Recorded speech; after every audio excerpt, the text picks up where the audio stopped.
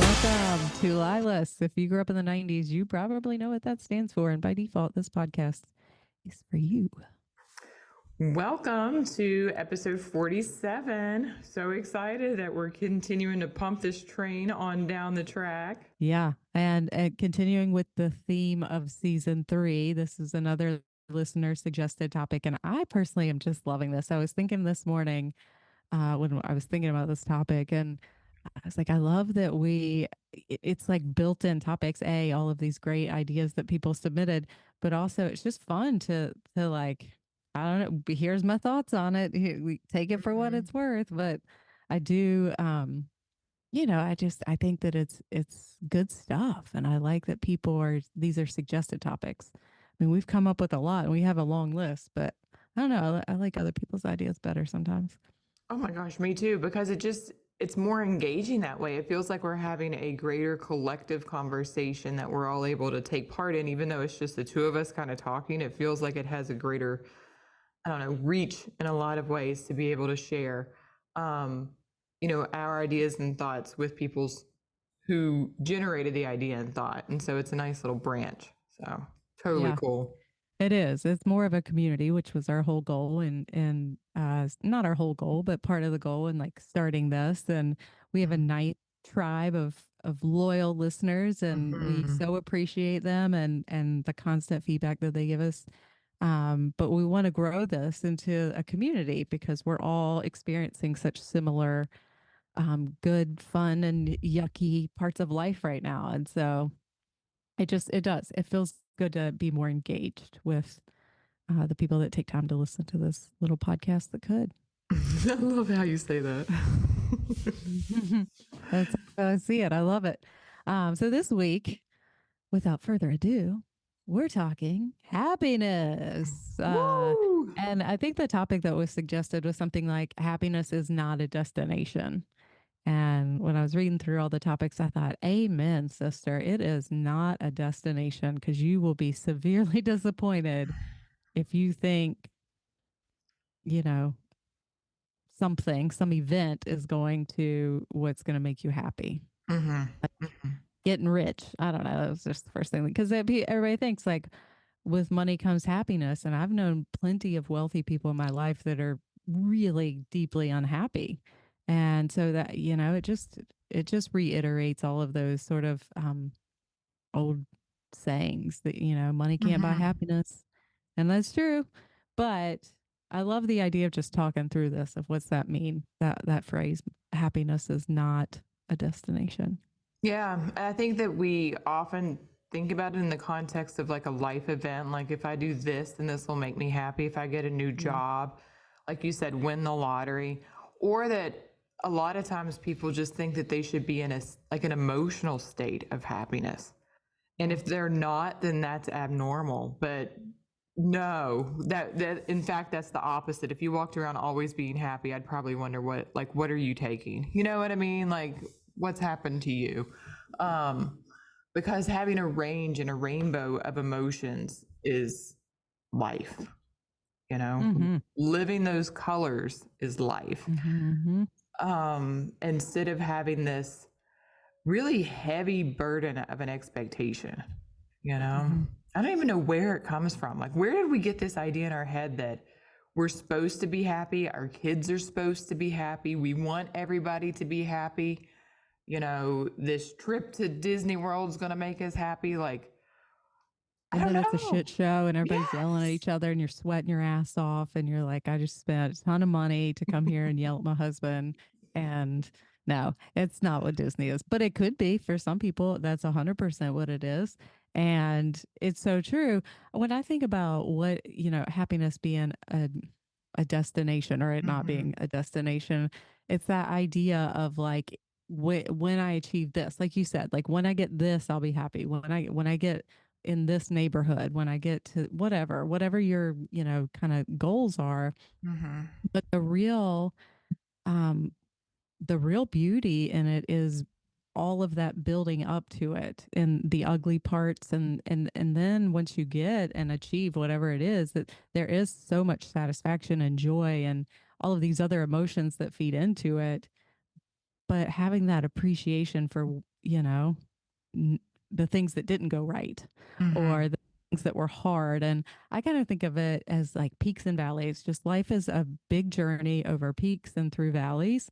And I think about that all the time as far as like time periods in life where things were hard and there was a lot of Mhm. grief or sadness is those are those valleys. And that's what sort of the way you respond in those moments is how we grow and how we come out the other side, you know, different, better. And so the peaks are great. And I think that it's really important to celebrate the peaks and to Mhm. experience the joy, but not to be afraid of the valleys because I think that's where you're made. Yeah, no, I totally agree. I think the valleys is where it's where we are formed, made, shaped, and where we grow from. And Hmm. that's where we get the strength to not only come out of whatever holler, you know what I mean, or valley we might be in at that kind of point in time. Holler, I know. peaks and hollers. Excuse me. Had to throw that in there. Yeah. But it also helps to prepare us for what the next one may be. Like if I know Hmm. that I've climbed out of something pretty bad, then it gives me a little bit more courage or strength or motivation. Um, it's a marker of previous success.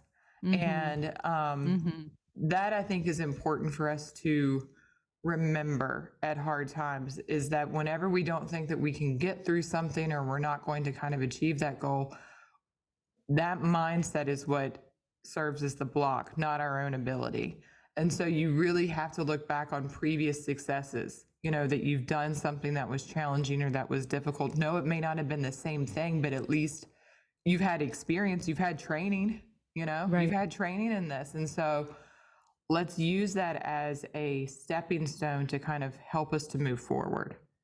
And I love what you said a minute ago about feeling joyful or feeling successful. I think if we start to use other words for Mm. emotions, then again, using that rainbow, then we can really feel a huge lift on our own emotional state, our own lives, and really just help to re expand that lexicon of words that we used to have within us. So, Hmm. Yeah. Naming all of those different emotions. And mhm. I, you I was writing about this in my journal this morning because I just like to kind of think about the topics we're going to talk about. But I was thinking about the summer when we hiked a 14er. My husband and I Mm, hiked a 14er. And, first you're kind of walking through the valley and then you get up and the climb's pretty damn hard. And then you get to the top and it's like you look back over that valley and you're just like, wow, that was so manageable, and I was huffing mm, and puffing down there. Like I didn't know what I was headed into, like not being able to breathe at 14,000 feet. But it makes you realize you know that you truly can do anything because mhm, you've done things in the past, and it's that rear view mirror, right? That I can do this, I've done this, or I've done something equally as hard.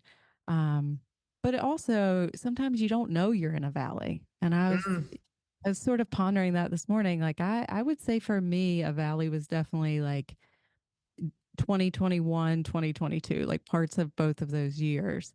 And I don't know. I mean, I think I knew I was in a valley. I knew things were hard and there was a lot of sadness and grief, but I don't know. I didn't now where I'm at, feeling like I'm definitely sitting on a peak.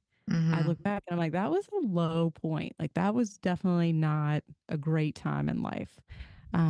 But I wouldn't change one thing about that mhm, because now where I'm at, it makes it so much more joyful and mhm. grateful, right? You have to go through it to enjoy when things are good. Yeah, yeah. And that's a part of just getting through. I know a lot of people going through some hard stuff right now. I mean, some just brutal Mm, crack you open, and it's hard because you don't want people to experience grief and sadness, but you know that it's also changing them and shaping them, mhm. and I guess you just have to look at everything like an opportunity, like what can what good can come of this, as ugly as it gets. Yeah, no, I think that's definitely true. And it's challenging in those moments to do it. I like how you said that you're sitting on a peak and kind of looking out. Whenever you know how you have those beautiful landscapes? Well, at least I do on my computer whenever I get ready to log on or whatever. Yeah.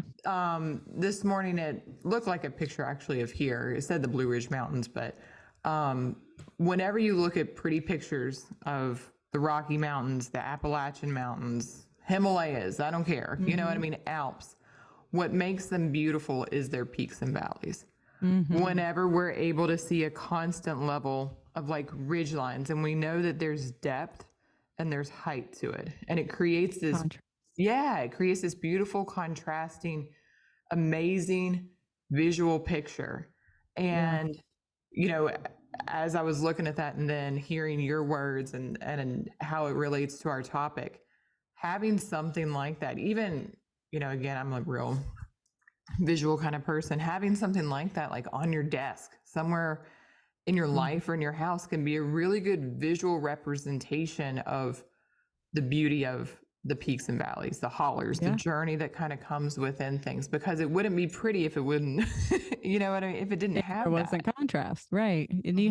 you have to sit in that, as uncomfortable as that is. It's that whole, idea, that notion of like getting comfortable being uncomfortable. I Mhm. was very uncomfortable in my meditation this morning. Like, just couldn't, like, but Mhm. like I sat through it and I was like, you know what? This is uncomfortable and I want to quit and I don't like this and I've been doing this for over a year and why is it still hard some days? But it's sitting in that and getting through that you're like, Mhm. oh, I can do this. Actually, I don't want to, but I can. And you just kind of have to force that discomfort within yourself, or at least that tolerance of Mhm. discomfort, distress tolerance, as you like to say. Mhm. I was also thinking this morning, because I think I did my college thesis. We did write a thesis and in college, and I did mine on locus of control, Mm. internal versus external locus of control. And I was measuring it in athletes, because at the time I thought I was going to be a sports psychologist and was sort of focused in that direction. Anyway, so I did my thesis, and one thing I remember from it was that athletes tended to have a more internal locus of control versus external locus of control. And all I mean by that is whether you believe you're in control of your destiny or you believe some external force is in control of your destiny. And I don't mean like, do you believe in God? I mean, like, do Mhm. you believe you are the creator of your future in some respect? Or that things just happen to you. Life just happens, and like, sorry, like, you're just shit out of luck.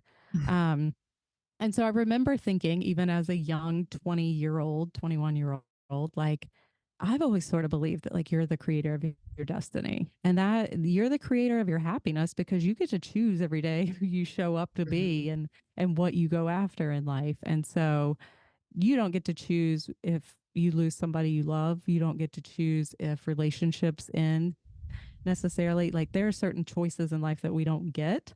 Mhm. Um, but the choices you do get, if you show up as who you want to be, you're going to notice more happiness in your life. I truly believe that, because you're creating, there's something so fulfilling about putting it out there as like a wish or a want, and then realizing that goal achievement. Sure, there's happiness that comes with it, but it's that feeling of like, I did that, Mhm. can do that again. And um, so I don't know. I sort of got off on a tangent there, but just thinking about, you're the creator of your destiny. You're the creator of your happiness. Like, if you're happy, Yeah. that's you to some extent. Like, Mhm. if you're grieving, that's one thing. That's grief. But if you're choosing to live your life half glass empty, that's on you. Yeah, it is. And that's a hardship that kind of, again, takes that realignment of maybe what our expectations are. I think I mentioned this in the last podcast, or maybe after we finished recording, but um, a, a good number of times whenever I was still seeing patients clinically, they would come in and they would say, like, you know, I just want to be happy. And then my response Mm. to them was I'm not your person then.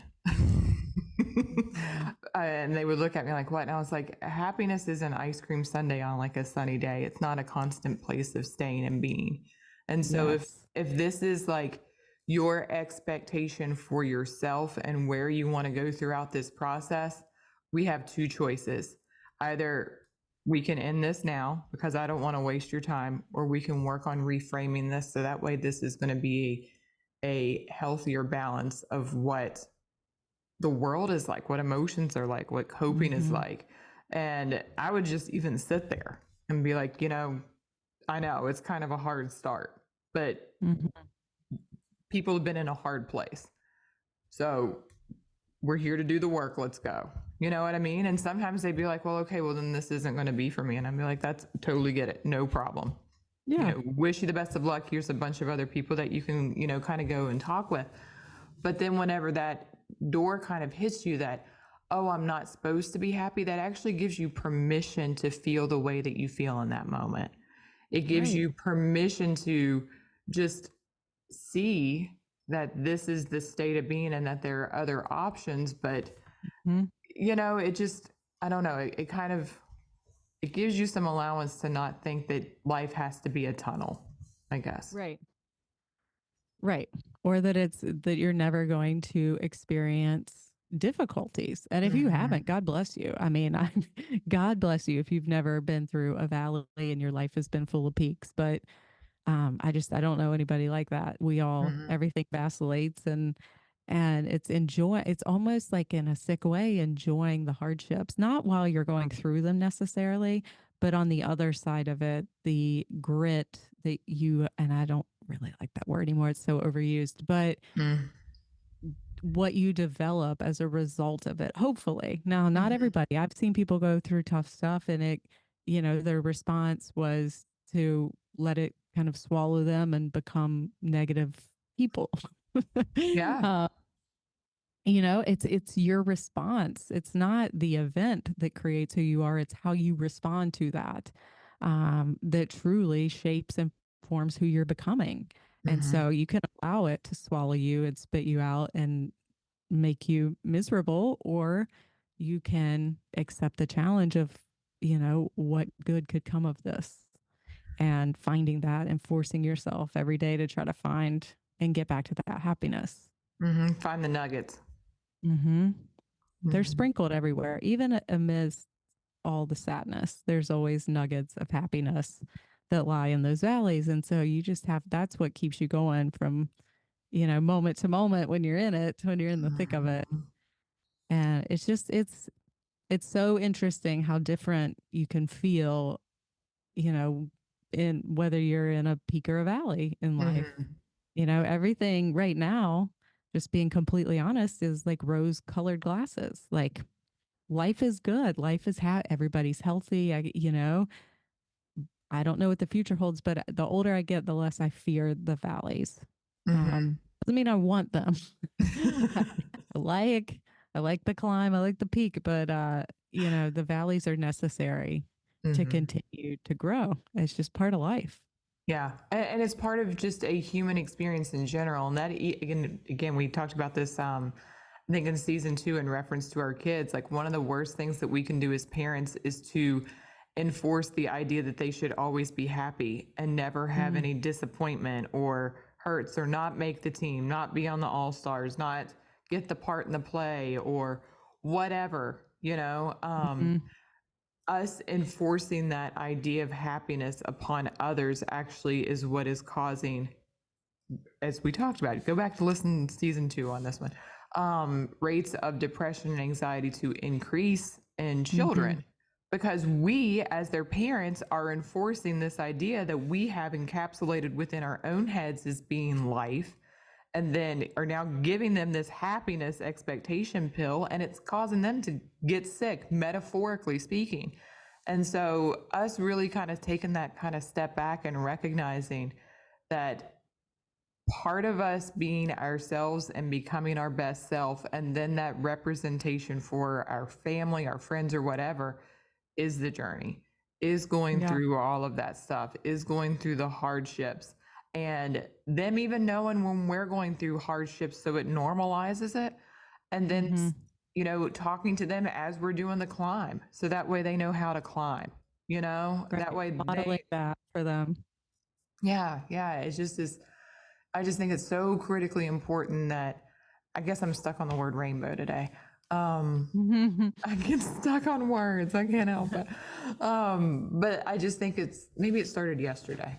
Um, but it's just so important that we allow ourselves to see that spectrum because it can Yeah. be, in a valley, it's dark and it's gray and it's yucky. And then at the top is whenever you really get to see the vibrance of everything. And so a spectrum of colors, a spectrum of feelings, and allowing things just to kind of pass and flow through is really what we want to try to, I feel like, promote within Yeah. ourselves and emanate, I guess, out then into the world and those who we influence. Yeah. Um, I've been practicing what we're preaching. And when I say everything is hunky dory right now, I mean it like for the most part, right? We all have something mhm, in life that are just things that you know of that are going on. And so to that point, we have something just terrible going on with someone within our friend group. And I was really struggling whether or what to share with my kids, right? Because this involves like everyone, we'll say. And we got some pretty terrible news recently, and I was dreading it because I was like, this is gonna give my kids anxiety and like just it's giving me anxiety, like all the things, right? And you're just mhm, trying to work out like how you're going to approach this. And what I just decided was to tell them, to be honest with them, because they're going to know. Um, and to just like you said, like set that example of how you move through this, like mhm, letting them see me get emotional. When they get emotional, we talk about those things. And then, they have a lot of questions, which is fair.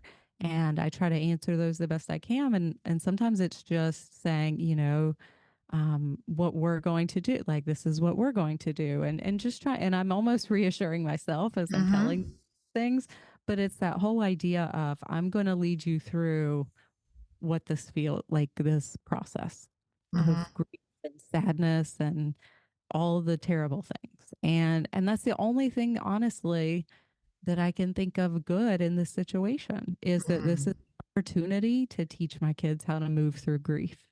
That's mhm, the only good that could ever come of this. And so yeah, to that point, it's not everything is perfect. I don't want to give that mhm, impression because no one's life is perfect. There's always really, variables going on. And I'm no different than anybody else. And so it's the mhm, idea though, in general, when I think about over the last, let's say 5 years, this is a peak for me in terms of just genuine happiness of like loving my job, loving our situation, neighborhood school, like my husband and I just things feel really on the up and up at the moment. Um, but that doesn't mean we still have our own shit. I mean, trust me, there's still plenty of that too. But the happiness is there, right? It's in yeah. the midst of everything. And I think that's celebratory. Like whenever you notice that you're in this place, whenever there's been struggles or hardships, then I think it's important to talk about that too, to celebrate those Right. success because it shows the growth, it shows the achievement. I mean, again, it doesn't have the same maybe feel as actually literally standing on the mountain peak, but it's a bigger one because Mm-hmm. it's an internal one and it's one that then again kind of projects itself out over top of like the family, the unit that we've all done it. We've all Mm-hmm. been experiencing something during this time and we're all here. And I think that's important too. I mean, my husband and I kind of talk about this stuff a lot too. Like, hey, I've been really working on this, or that we know which each other's personal goals are, and we'll comment on like, hey, I noticed that there's been a lot of change. It's really been nice. I can now use this descriptor to, describe you or our relationship or whatever else. And I think that that is important too, is just to Yeah. recognize and to celebrate whenever there has been growth, whenever there has been change, whenever you've come out of those peaks and valleys from doing the work. You're not getting the Mm-hmm. medal at the end of the race, but it's a bigger one that you're getting in your heart at that kind of point. Um, Sure. and yeah, I think it's great to recognize that, to recognize where you're at and what state of life that you're in helps to ground you in the present moment, and then again to kind of move you forward. Yeah. And I think two things, to build on the analogy you used of like looking in the rearview mirror. We all drive cars. Many of you listen to our podcast while driving, or to podcasts in general while driving. And in order to drive a car successfully, we have to have a rearview mirror, right? Hmm. And we have to look forward. Both are required for us to get to our destination. It's okay to do that within our own life. It's okay to look back, but then to always be moving forward. And that's Yeah. a weird dynamic, if you think about it, even from like a physics kind of standpoint, to be doing two things at once and then moving in one direction. Um, but we're able to do that successfully driving a car.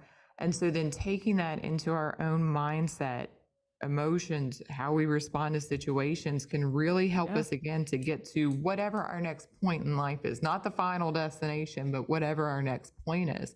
You got to have both. And it's the Yeah. balance that gets us there. And it's the constant, the constant forward progression. Forward progress. That's it. Favorite things to say. Forward progress. It doesn't matter. An Yeah. inch, whatever it is, forward progress. Mm-hmm. And it, that's where the happiness lies. It's really in realizing that it's all worthwhile and it's Mm-hmm. all propelling you to where you're supposed to be. You're exactly where you're supposed to be. And that, you know, go out there and make your damn luck. Make your own luck. Make it. Yeah. Make your own happiness. That's on you.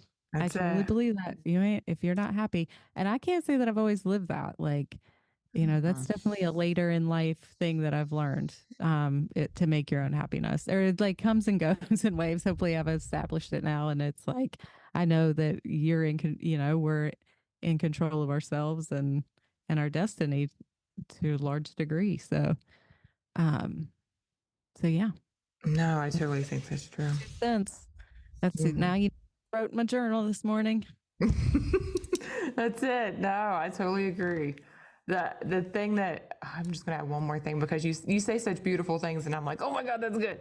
Um, did you know that a child's vocabulary, so our kids' vocabulary and use and descriptors of emotions is greater than what ours is as adults?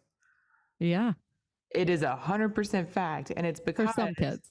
well, it's because, yeah, but they have these little emotion charts that now we have emojis for, but we don't have an emotional label for the emoji that Mm-hmm. we used to teach kids to help describe how they were feeling. Mm-hmm.